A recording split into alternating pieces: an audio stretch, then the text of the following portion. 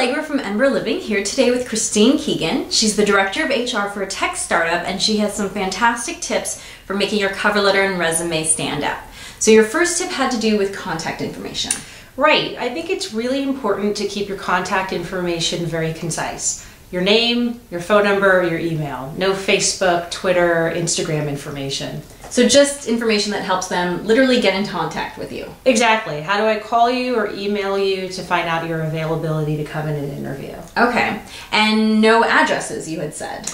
Well, I find that when applicants list their address, employers might take a look at where you reside versus where the employer is located and make an assumption that's not in your best interest about the commute. So they may disqualify you for Exactly. it. Okay. And email addresses. It's interesting. I helped a hiring manager fill a technology position, and he really poo-pooed the Hotmail address. Apparently he found it very archaic. People were still using Hotmail. Right. So I quickly changed my Hotmail to Gmail to keep up. Right, and also the actual name itself, you were saying. Yeah, exactly. Keep in mind that employers are still going to see what your actual email is, even if your formal name is associated. So, for instance, if you've got your email left over from your college years and it's BeerTruck2000, again, employers might make an assumption that's not in your best interest. Right, not very professional. Right.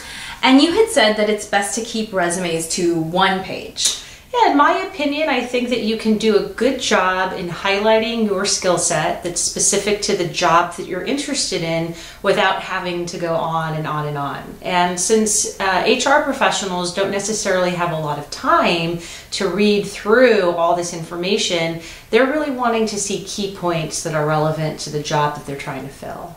But what if you have a lot of job experience? Do you include the most relevant or the most recent jobs? I always think it's good to include your full employment history, not necessarily going back so far as to the jobs you held during your college years, but you don't want to... popsicle stands, not important. Exactly. You don't necessarily want to see gaps on an applicant's resume. But again, keep those bullet points really at 1, 2, no more than 3 bullet points that again are consistent with the job that you're interested in. Oh, interesting.